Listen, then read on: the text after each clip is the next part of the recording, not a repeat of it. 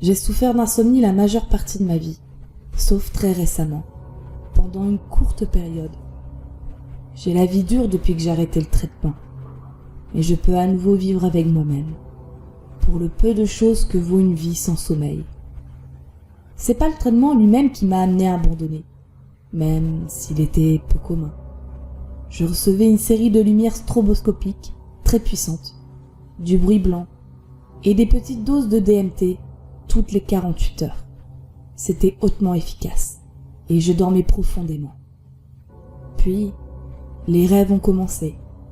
Les rêves étaient banals en tout point, mais leur netteté surprenante compensait ça. Ils semblaient même plus réels que la lente et irritante existence d'un insomniaque.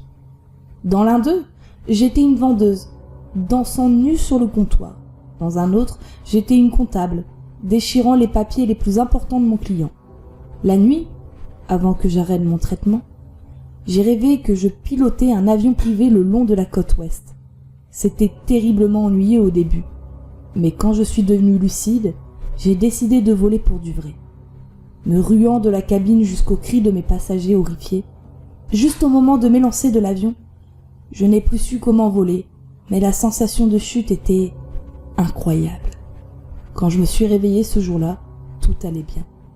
Mais alors que je conduisais jusqu'au centre du sommeil, cet après-midi, les infos ont été interrompus par un flash spécial.